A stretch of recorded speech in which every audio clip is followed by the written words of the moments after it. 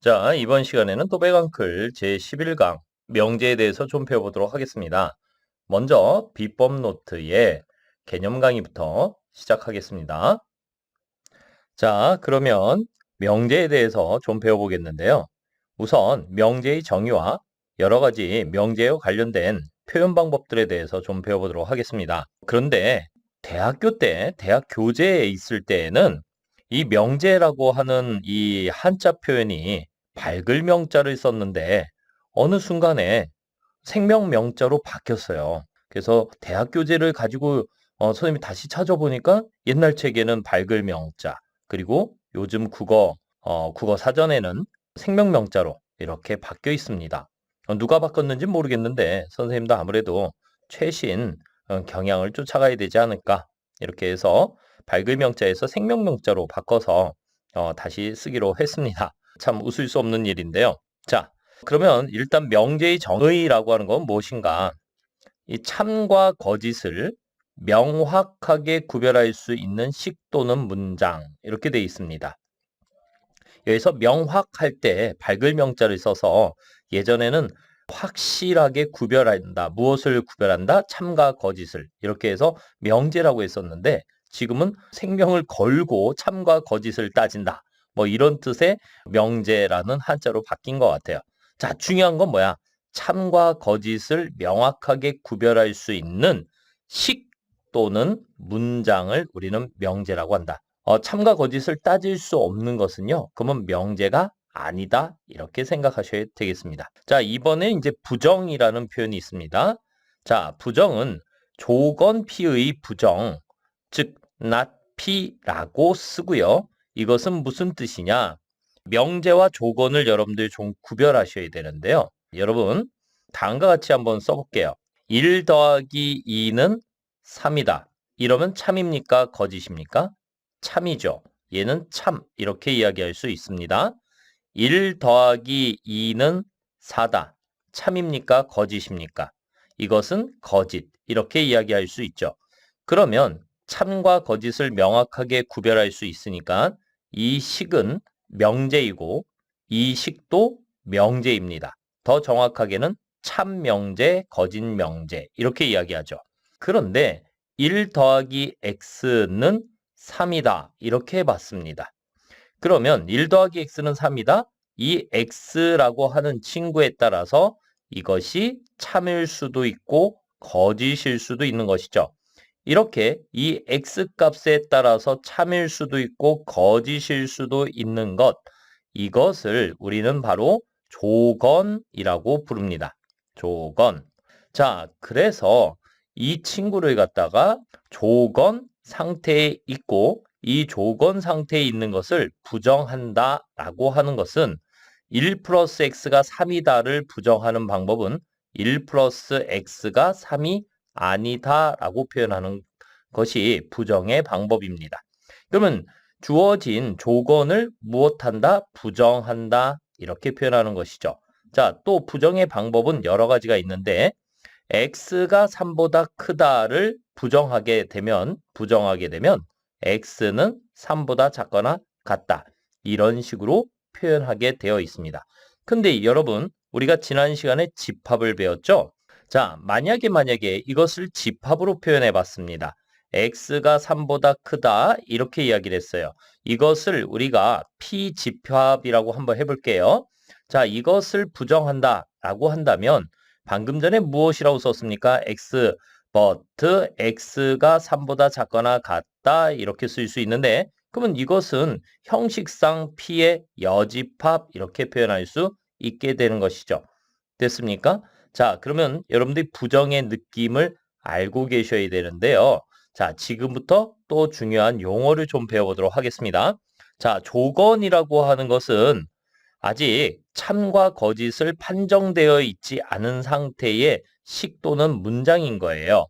그 조건에 따라서 참일 수도 있고 거짓일 수도 있기 때문에 명제라고 확정 지을 수 없는 것이죠.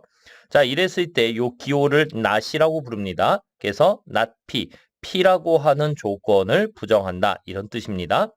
자, 그래서 P 조건이 자, 요거는 뭐야? 콜론이라고 하는 것이죠. 왼쪽과 오른쪽은 같은 뜻이다라는 거예요. 자, P라는 조건은 X가 0보다 크거나 같다를 설명하고 있다.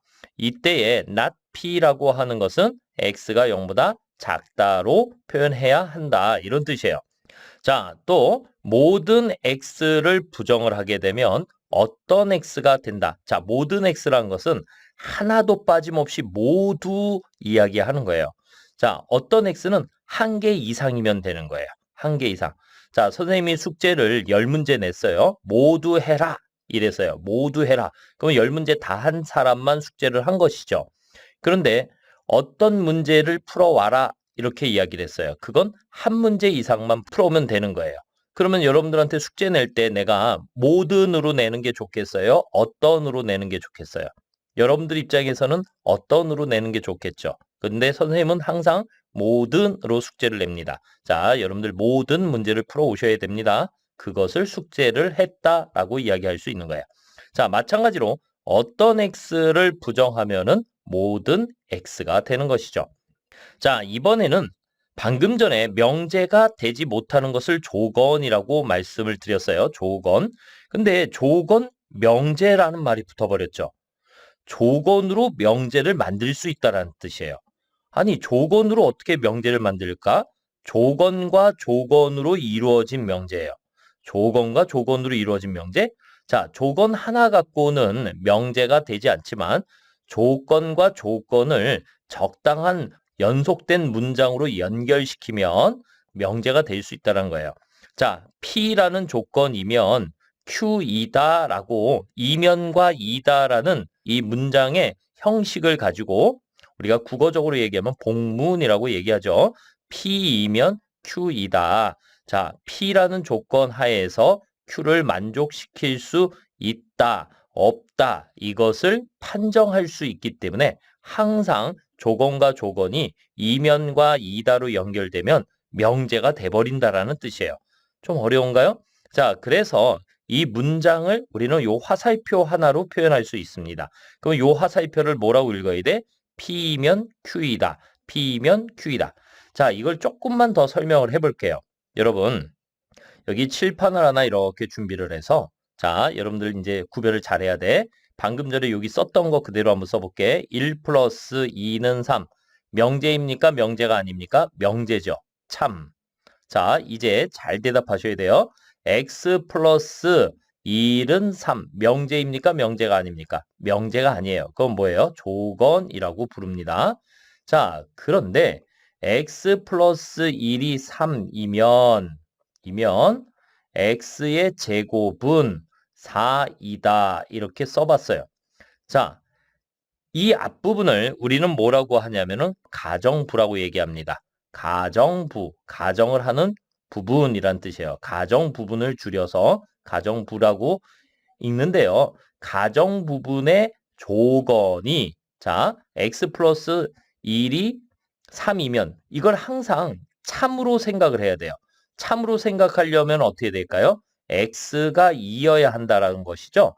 자, x가 2일 때만 얘가 참이 될 수 있잖아요. 즉, 이 등식을 만족하는 x에 대하여라고 하는 뜻이에요. 그러면 그 2를 여기다가 뿅 하고 집어넣으면 등식이 성립해요, 안 해요? 성립하죠. 이러면 우리는 이 조건 명제를 참이라고 부릅니다. 그래서 참 조건 명제 이렇게 되는 거예요. 자, 이것도 마찬가지야. 다시 한 번만 써볼게. x 플러스 1이 3이면 x의 제곱은 1이다. 이렇게 되어 있습니다. 그럼 여러분들이 똑같은 거 아니겠습니까? 똑같은 거니까 이걸 갖다 여기다 뿅 집어넣으면은 1이 돼요, 안 돼요? 안 되죠. 그러면 얘는 분명히 거짓이 되는 거야. 그래서 거짓 명제가 되는 것입니다. 그러니 조건과 조건의 상태에 두 식이나 문장을 이면과 이다로 연결을 시켜버리면 항상 참과 거짓을 판정할 수 있는 상태가 되기 때문에 조건 명제라고 읽어버리는 거예요. 아시겠죠? 그걸 갖다가 이 화살표로 나타내는데 화살표가 시작하는 쪽을 이면 화살표가 끝나는 쪽을 이다로 읽게 되고요. 참과 거짓을 따지는 방법은요. 자, 요거 좀 많이 복잡해요. 참과 거짓을 따지는 방법을 알기 위해서 우리는 또 다음과 같은 용어를 배우셔야 됩니다. 진리집합이라는 게 있어요. 진리집합. 진리가 뭐예요? 항상 이루어지는 그러한 원리라고 하는 거예요. 예를 들어서 1 더하기 2는 3이다 라고 하는 것은 우리가 진리로 받아들여야 됩니다. 이걸 의심하게 되면은 우리는 아무것도 할 수 없는 것이죠. 그래서 이런 것들 진리라고 부르지만 x 플러스 1이 3이다. 이거는 x의 값에 따라서 이랬다 저랬다 바뀔 수 있잖아요. 그렇기 때문에 이 친구는 진리라고 말할 수 없어요. 그런데 누군가 나타나서 야 x는 2야 이렇게 얘기해버리면 그건 또 뭐가 돼버리겠어요? 진리가 돼버리겠죠. 즉 이 조건이 참이 되게끔 할 수 있는 해의 집합, 이것을 진리집합이라고 합니다. 자, 뭐라고? 조건이 성립할 수 있는, 성립할 수 있는 해의 집합이야. 해의 집합. 이것을 우리는 진리집합이라고 말합니다. 조건 px가 참이 되게 하는 원소로 이루어진 집합 이렇게 되어 있지요.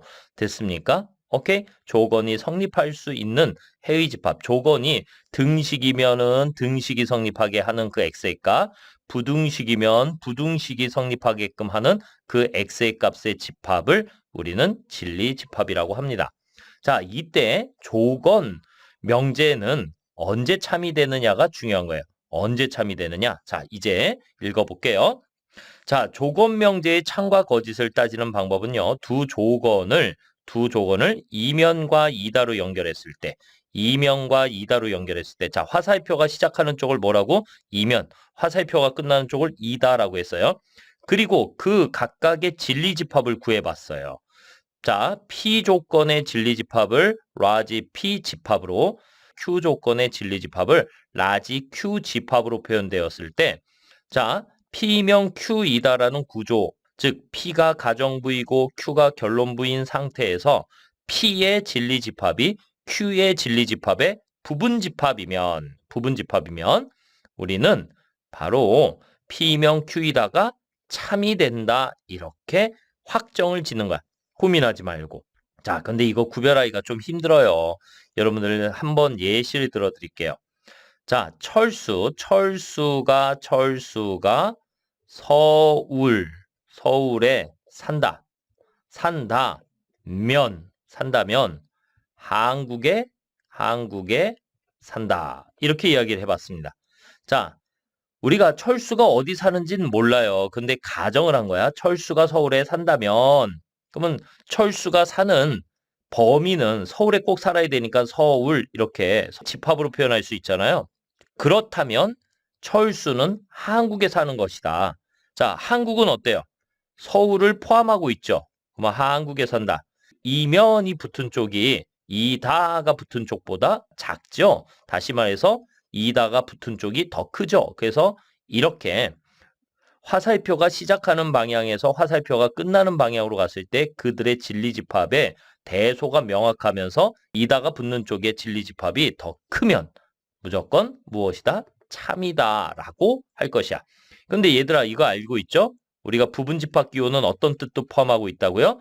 P하고 Q가 같다도 포함하고 있는 거야. 그래서 P가 Q의 부분집합이란 말은 P하고 Q가 상등일 수도 있음을 포함하고 있다. 이거 꼭 기억하셔야 됩니다. 됐습니까? 오케이? 자, 이번에는 두 진리집합의 포함관계가 확실한 상태에서 그 조건들 P조건과 Q조건을 이면과 이다로 연결하면 이것도 역시 참이다.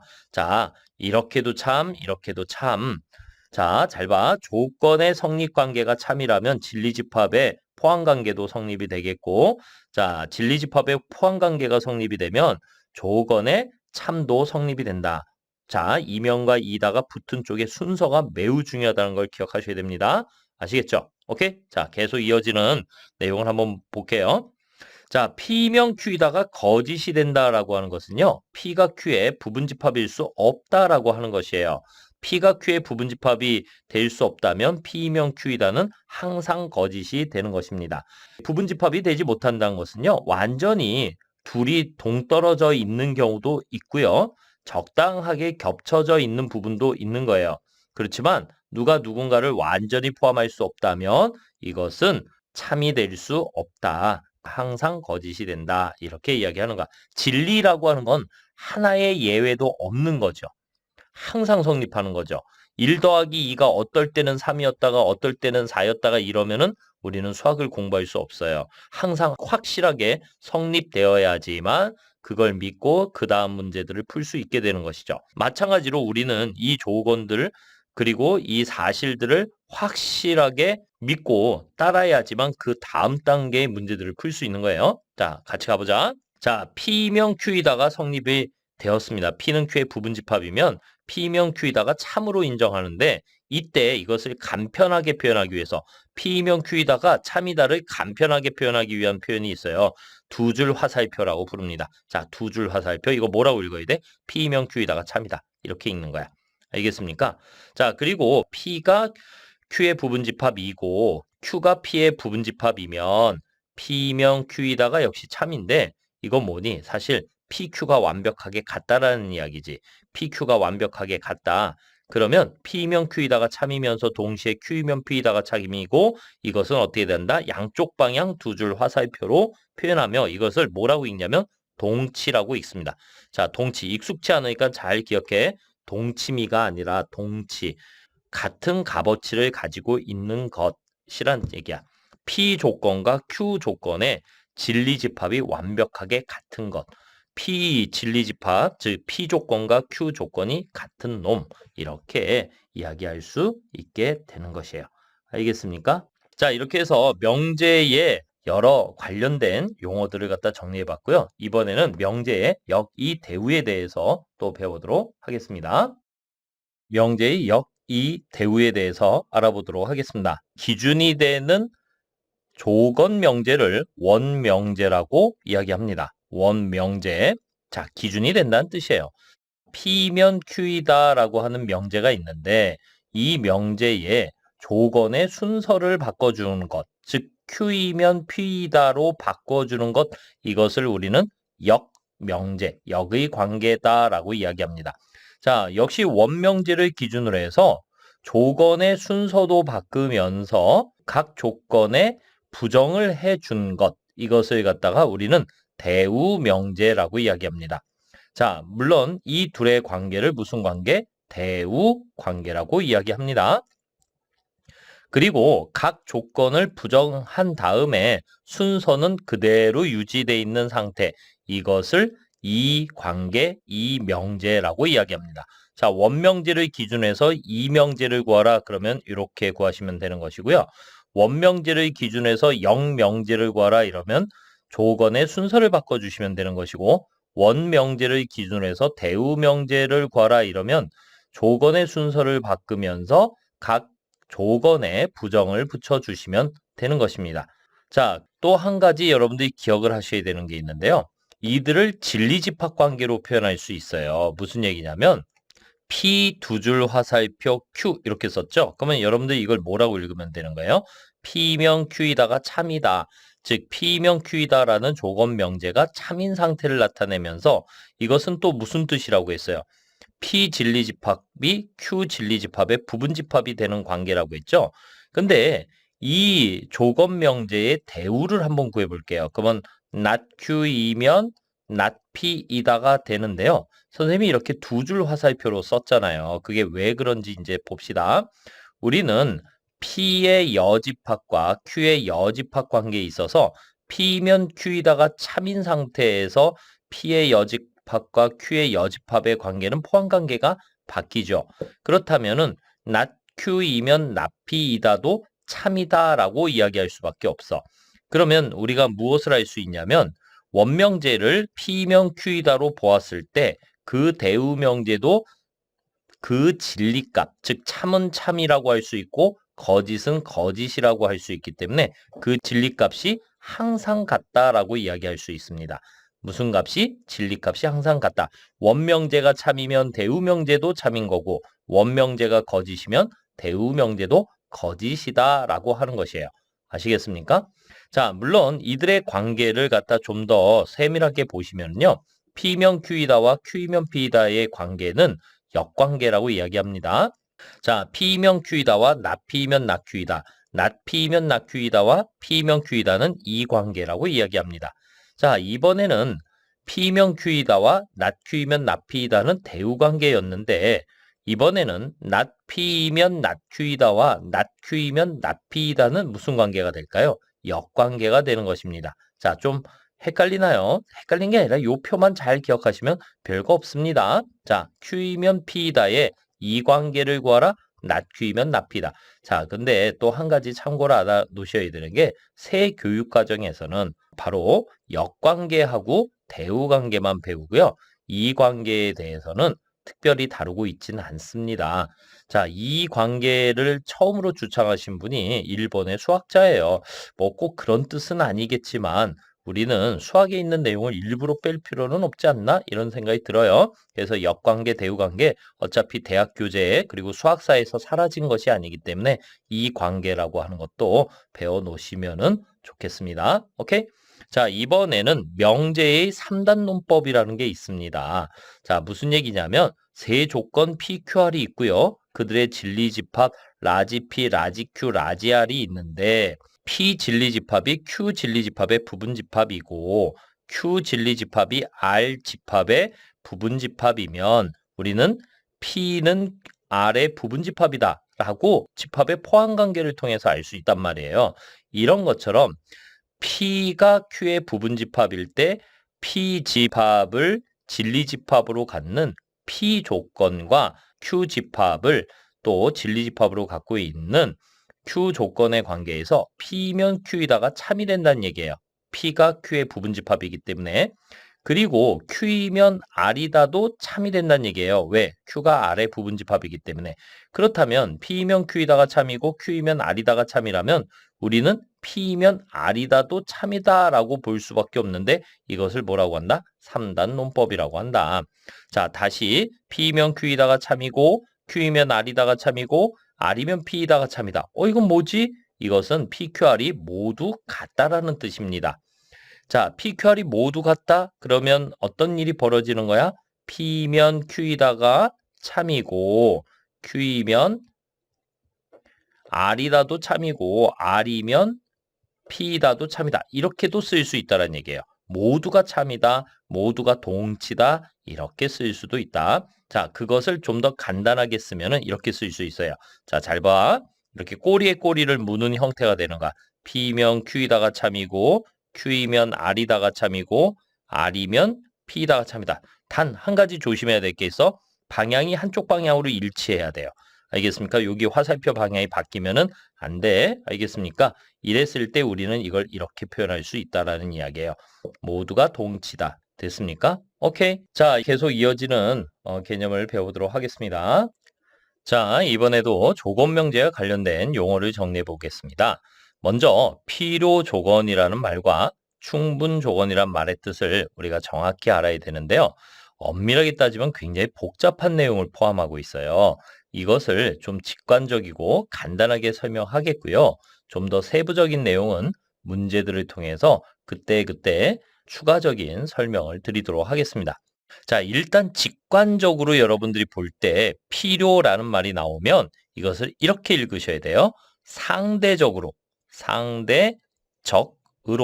상대적으로 크거나 같은 조건이라는 말을 줄여서 필요 조건이라고 이야기하는 거예요.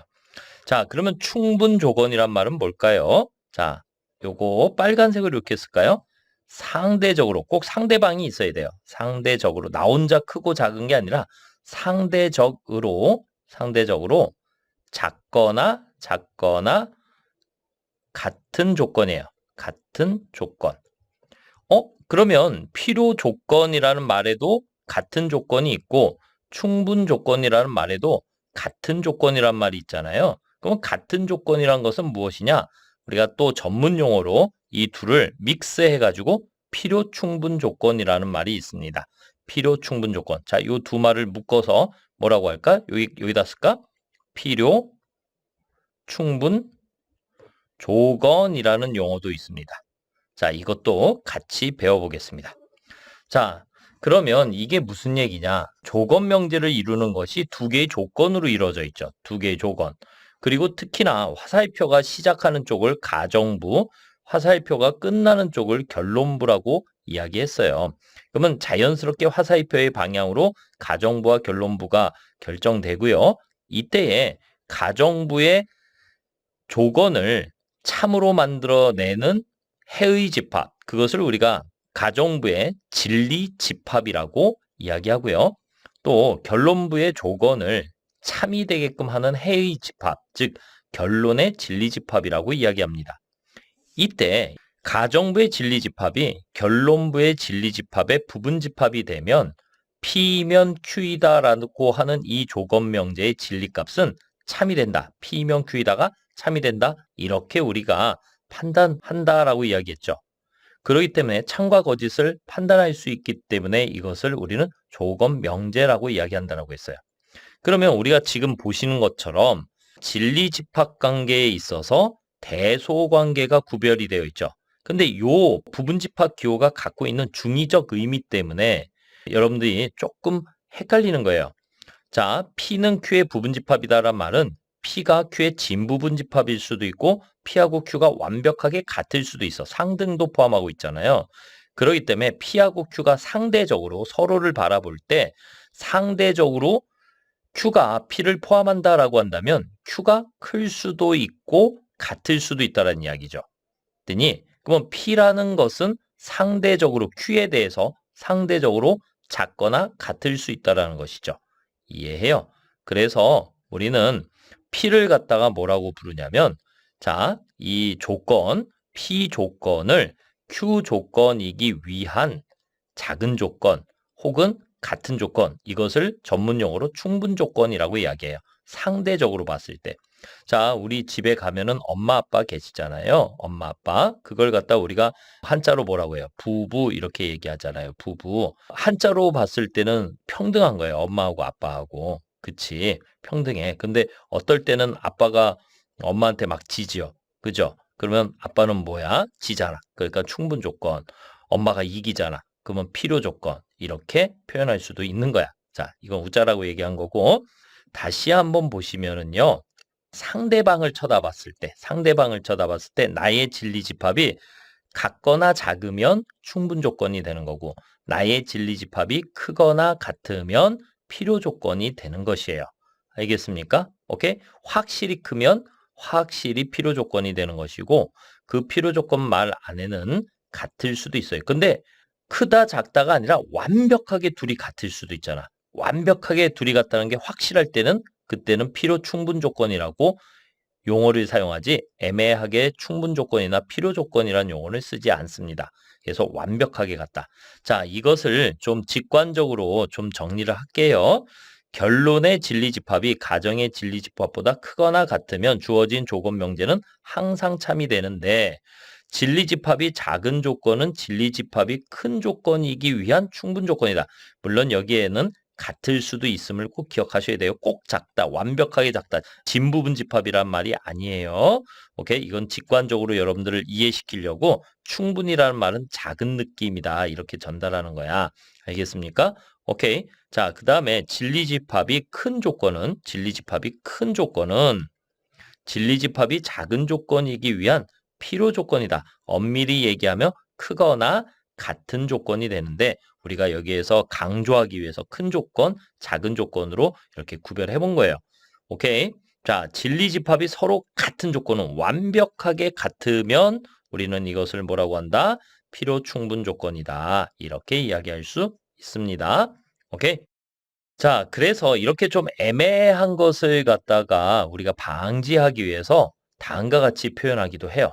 자, 다음과 같이 표현하는 게 무엇이냐면 바로 조건 명제의 성립 관계를 이런 동그라미와 X로 표현해 보는 거야. 우리가 아까 여기 대우 배웠잖아요. 그쵸? 그것처럼 읽어볼게. P면 Q이다는 성립하고 Q이면 P이다는 성립하지 않는다. 그러면 이럴 수 있는 건 무슨 관계냐?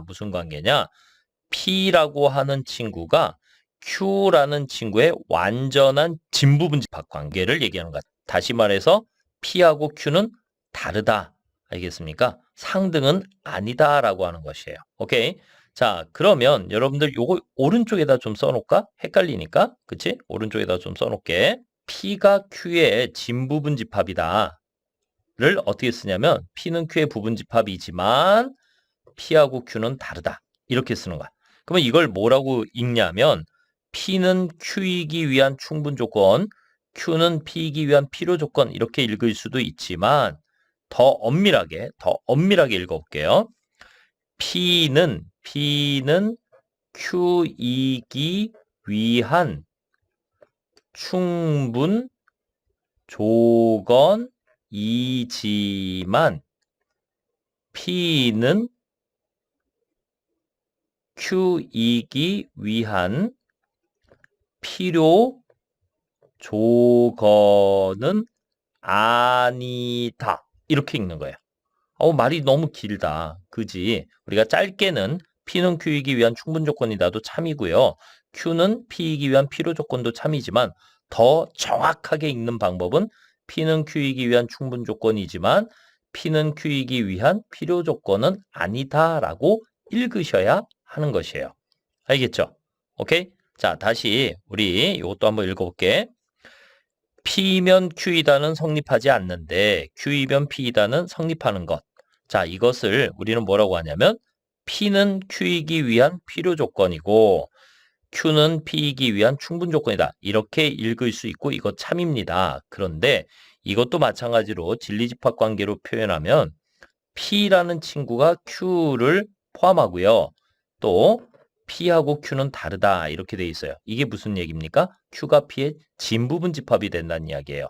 오케이? 자, 이것도 나중에 필기 이렇게 보면 안 되는데 자, 이 친구는 하나로 묶어서 이렇게 하나로 묶어서 이 친구를 설명하고 있는 거야.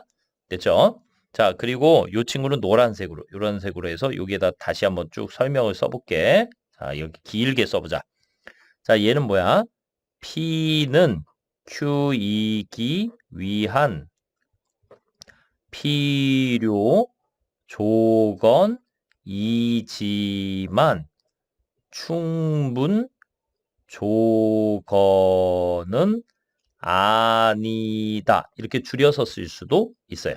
됐습니까? P는 주어가 굉장히 중요한데 P는 필요 조건 크다. 충분 조건 작다. 알겠습니까? 필요 조건 크지만 작지는 않다. 알겠습니까? 같지도 않다. 이런 이야기예요. 오케이. 자, 좀 헷갈려. 그래서 여러분들 이걸 아주 명확하게 알고 계셔야 되는 거예요. 알겠습니까? 자, 이번에는 P하고 Q가 P면 Q이다도 성립하고 Q면 P이다도 성립한다. 이걸 갖다가 우리는 이렇게 써도 되는 거예요. 두 줄 화살표. 됐습니까? 두 줄 화살표. 동치. 그럼 이건 느낌 오죠? 여기다 쓸까요? P하고 Q가 완벽하게 같은 거야. 그러면 이건 뭐다? P는 Q이기 위한 필요 충분 조건이다. 이건 따로 읽을 필요가 없어요. 그랬더니 자, P면 Q이다도 성립하고 Q면 P이다도 성립한다. 항상 참이다.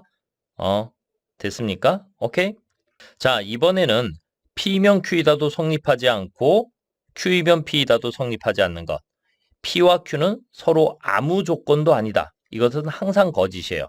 아무 조건도 아닌 것은 즉 필요 조건과 충분 조건을 따질 수 없는 것은 거짓입니다. 명제가 아니다가 아니라 항상 거짓이기 때문에 명제입니다. 아시겠죠? 오케이? 필요 충분 조건을 따질 수 없는 것은 항상 거짓이지 거짓은 명제지. 알겠죠? 자, 이렇게 해서 조건 명제에 관련된 용어, 필요 조건과 충분 조건을 구분하는 방법에 대해서 배워봤습니다.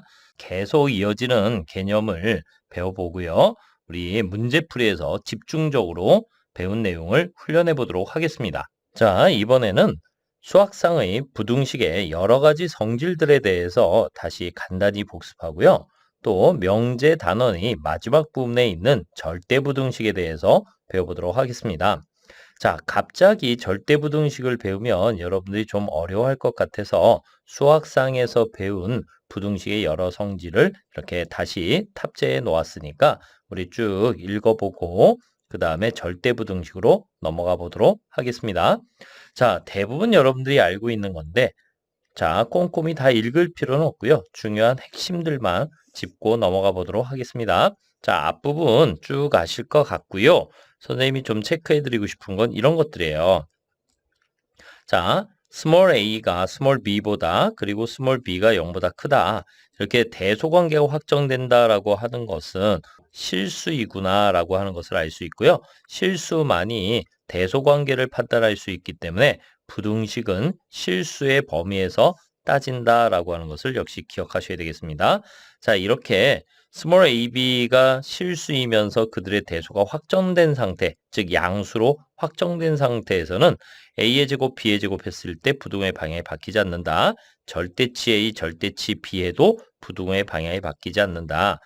a의 n제곱, b의 n제곱, 이 n은 자연수다. 알겠습니까? 그리고 a의 n분의 1제곱, b의 n분의 1제곱해도 부등호의 방향이 바뀌지 않는다. 라고 하는 것을 여러분들이 꼭 기억해 주셨으면 합니다. 자, 이런 상식들이 좀 필요해요.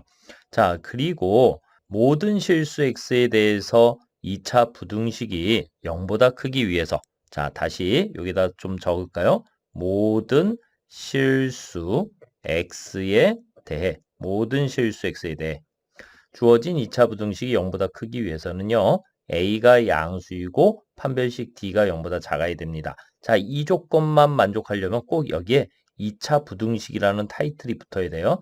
2차 부등식. 자, 여러분들도 알고 나도 아니까 우리가 간추려서 이렇게 썼는데 만약에 정확하게 필기를 하려고 한다면 이렇게 모든 실수 x에 대해 2차 부등식 ax의 제곱 플러스 bx 플러스 c가 0보다 크기 위해서는 a가 양수이고 판별식 d가 0보다 작아야 돼. 이렇게 쓰는 게 완벽한 필기가 되겠네요. 자, ax의 제곱 플러스 bx 플러스 c가 0보다 작다. 2차 부등식 작기 위해서는 a가 0보다 작아야 되고 역시 판별식 d가 0보다 작아야 된다. 자, 2차 부등식 ax의 제곱 플러스 bx 플러스 c가 0보다 커나 같기 위해서는 반드시 a가 양수이고 판별식 d가 0보다 작거나 같다. 어떤 차이가 있습니까? 등호 들어간다는 얘기야. 알겠죠? 여기 등호 들어갔기 때문에.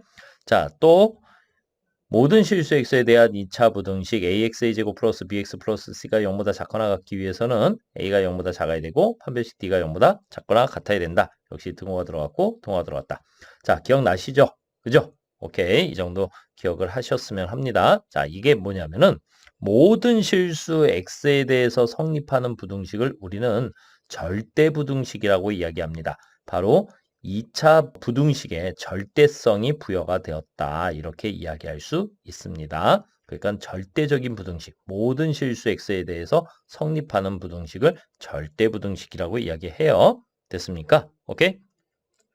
자, 이번에는 절대값 기호. 여러분들 절대적이다 라고 하는 거하고 절대값 기호라는 말하고는 조금 차이가 있어요. 지금 요 절대값 기호는 요 기호를 뜻하는 거야. 근데 이건 또 절대적인 상황이 되는 거야. 자, 절대값 a의 값은 절대적으로 0보다 커나 같다. 좀 이상하죠? 그렇게 읽어 주셔야 돼요. 알겠죠? 오케이. 또 절대값 a는 절대값 마이너스 a하고 절대적으로 같다. 이걸 항등식이라고 얘기합니다. 항등식. 왼쪽과 오른쪽이 항상 같다. 항등식. 됐습니까? 오케이. 자, 그 다음에 a라고 하는 녀석은 마이너스 절대값 a보다는 커나 같고 그리고 절대값 a보다는 작거나 같다. 이것도 절대적으로 성립한다. 진리다. 진리니까 외우고 살자. 이런 이야기예요. 알겠습니까?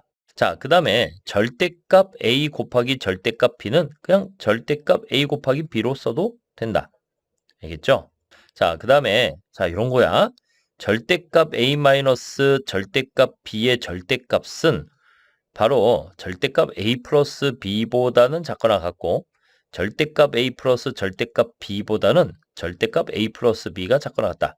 자, 이런 것도 절대적이니까 알아야 된다. 그런데 우리가 이것을 증명을 할 수 있으면 참 좋겠다. 그래서 오늘은 이 증명에 대해서도 배울 것입니다. 그냥 외워라 하는 것이 아니라 자, 여러분들 이 두 개는 외우셔야 돼요. 이거는 그냥 너무 당연한 거기 때문에 외워야 하는 거고 이런 것들은 증명을 통해서 여러분들이 증명 과정도 시험에 나오기 때문에 알고 계셔야 됩니다.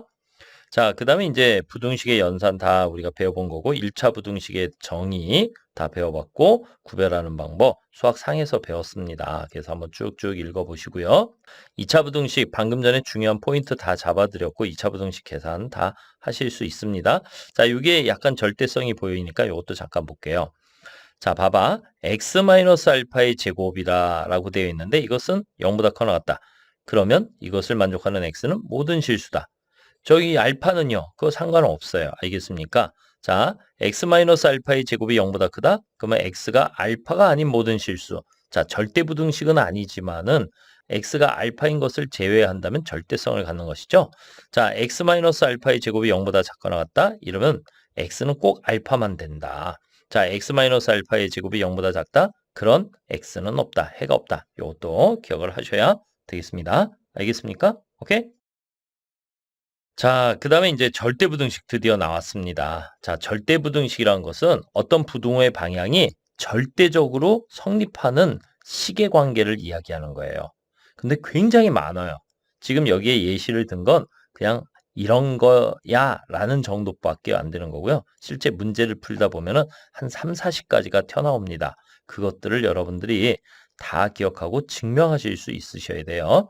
특히나 어려운 것들 시험 문제 나왔을 때 당황하니까 그런 것들은 유형별로 묶어서 기억하셔야 되는데 대표적인 걸 이제 좀 설명을 할게요.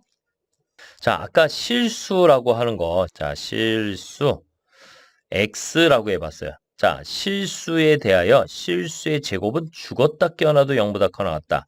실수의 절대값은 반드시 0보다 커 나왔다. 이런 것들이 이제 기본이 되어서 여러분들은 이런 것도 확장해서 공부를 하셔야 돼요. 자, 무슨 얘기냐면 이거 어떻게 쓸 수 있습니까? 자, 이 친구 잘 보시면은요. a의 제곱 플러스 마이너스 ab 플러스 b의 제곱이라고 하는 친구를 자, a 플러스 마이너스 2분의 b의 제곱 플러스 4분의 3 b의 제곱 이렇게 쓸 수 있죠. 근데 여러분들이 이미 무엇을 알고 있습니까? 실수의 제곱은 0보다 크거나 같다. 실수의 제곱은 0보다 크거나 같다. 0보다 크거나 같은 두 친구를 더해주면 0보다 크거나 같다. 이렇게 쓸 수 있다는 것이죠. 그러기 때문에 지금 좌변에 있는 이 식, 즉 a의 제곱 플러스 마이너스 ab 플러스 b의 제곱이 0보다 크거나 같은 건 당연하다. 위의 사실이 참이기 때문에 이 아래 사실들도 참일 수밖에 없다. 완전 제곱으로 고치니까. 이렇게 이야기가 펼쳐지는 거예요. 자, 그러면 이 친구는 어떻게 될까요? 이 친구. 이 친구 우리 곱셈 공식의 변형에서 배웠었는데 자, 이 친구는 또 어떻게 쓸 수 있어요? 2분의 1에 자, 가로 열고 a-b의 제곱 더하기 b-c의 제곱 더하기 c-a의 제곱. 자, 실수의 제곱 더하기 실수의 제곱 더하기 실수의 제곱이니까 0보다 커 나왔다. 그러면 여러분들이 이것이 성립한다는 건 당연한 거야 라고 생각하면서 더불어 이것들을 확장시킬 수도 있어야 되는 거예요. 자, 이것들을 확장시킨다는 얘기가 뭐냐면 자, 예를 들어서 자, 이 친구야, 이 친구. 자, 이게 참이잖아. 이게 항상 성립하는 진리잖아. 절대 부등식이잖아. 그러면 이걸 끌고 와가지고 여러분들은 야, a의 제곱 더하기 b의 제곱 더하기 c의 제곱은 언제나 ab, bc, ca보다 크거나 같다. 이렇게 이야기할 수 있어야 하는 거예요. 자, 이것도 마찬가지예요. a의 제곱 더하기 b의 제곱은요. 항상 크거나 같다. 플러스 마이너스 ab보다 크거나 같다. 이것도 성립하는 거예요. 그러면 여러분들이 막 고민하는 게 아니라 이거 보자마자 참, 보자마자 참 이렇게 대답할 수 있어야 되는 거예요. 그래서 우리가 지금 절대부등식을 배우는 거예요. 자, 활용할 수도 있어야 되겠고 보자마자 참인 것을 알려면 우리 참과 거짓을 판단하려면 명확한 기준과 그 명확한 기준에 의해서 참과 거짓을 판별해야 되니까 얼마나 많은 것을 알아야 되겠습니까? 그죠? 정의를 알아야 되겠죠? 자, 여러분들 나중에 플라톤의 국가론의 정의에 대한 이야기들을 좀 읽어보시면 도움이 될 것 같아요. 플라톤의 국가론에 나와 있는 정의에 보면은요, 의사에 대한 정의가 나와 있어요. 의사는 아픈 사람을 고쳐주는 사람이다.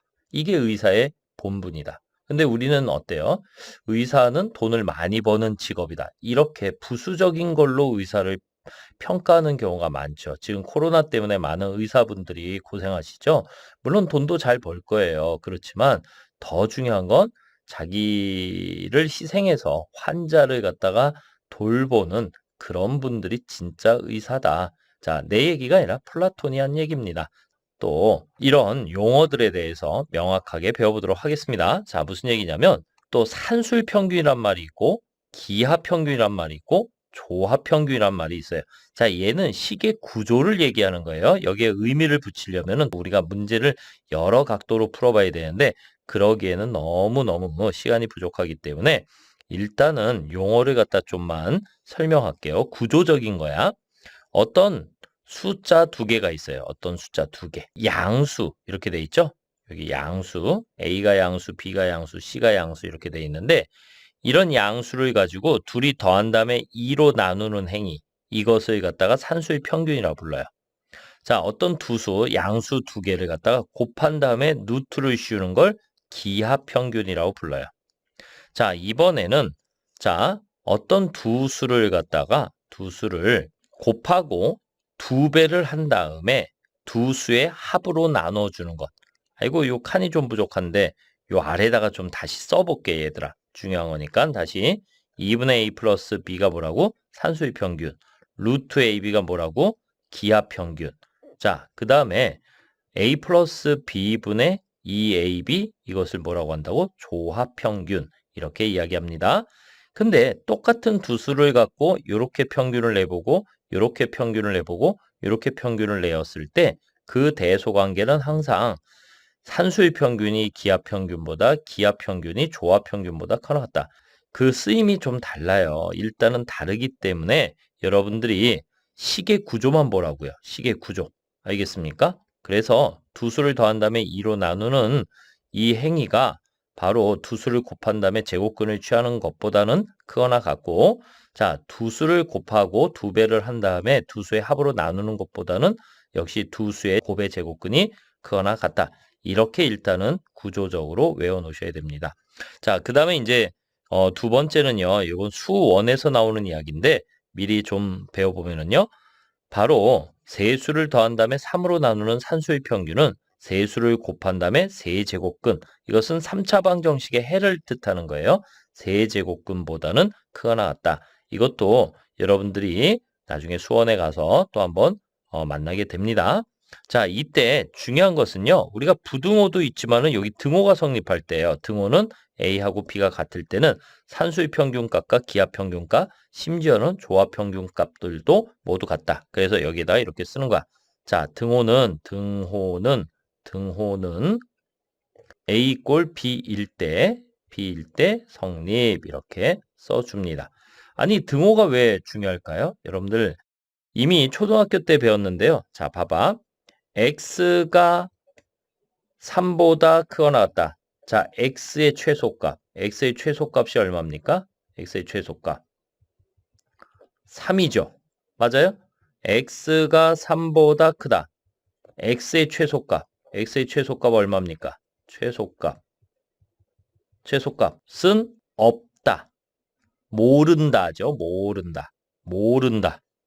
알잖아. 3에 가까운 수. 거기까지밖에 모르지 확실하게 정할 수가 없다야. 근데 등호가 있을 땐 정하는데 등호가 없을 땐 정하지 못하지. 우리 인간은 확실한 걸 중요시한단 말이야. 그래서 등호가 중요하다. 등호가 언제 성립하느냐? A 꼴 B일 때 성립한다. 자, 우리는 지금 대표적인 절대부등식을 보고 있는 중이에요. 자, 절대적으로 산수의 평균은 기하 평균은 조합 평균보다 크거나 같다.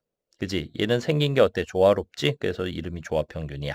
자, 그 다음에 이제 코시라는 수학자하고 슈바르츠라는 수학자가 같이 부등식, 다음과 같은 절대 부등식을 주창했죠. 그래서 자, 이건 실수 small ab 그리고 xy가 있을 때 이 네 개의 문자를 가지고 물론 이 문자들이 서로 같을 수도 있어요. 서로 꼭 다를 필요는 없고 실수이기만 하면 됩니다. 자, 이 실수들을 가지고 다음과 같은 모양을 만들었어요. a의 제곱 더하기 b의 제곱 곱하기 x의 제곱 더하기 y의 제곱은 항상 크거나 같다 ax 플러스 by 전체의 제곱. 자, 여러분들 여기서 우리가 이걸 뭐 당연히 여러분들 할 수 있겠지만 얘는 이렇게도 볼 수 있는 거예요. 어떻게? ay 플러스 bx의 제곱. 이것도 되는 거예요. 이거 순서 바뀐다고 다른 거 아닙니다. 알겠죠? 오케이? 같은 이야기야. 자, 여기서도 마찬가지야. 무엇입니까? 등호는 a분의 x. 자, 왼쪽은 왼쪽 길이, b분의 y. 오른쪽은 오른쪽 길이. 분수를 취했을 때, 비례값을 취했을 때 같으면 등호가 성립한다. 이렇게 기억을 하실 수 있습니다. 자, 이런 걸 우리가 이제 절대부등식이라는데 절대부등식은 이게 아니에요. 사실은 이것이 끝이 아니고요. 아까 한 40까지 된다고 했죠. 그것을 우리가 문제를 통해서 차근차근 증명하면서 이게 절대부등식이야, 이게 절대부등식이야, 이건 이렇게 증명해 나고 하나씩 보여드릴 겁니다. 여러분들 문제를 통해서 잘 개념을 정리하시길 바랍니다.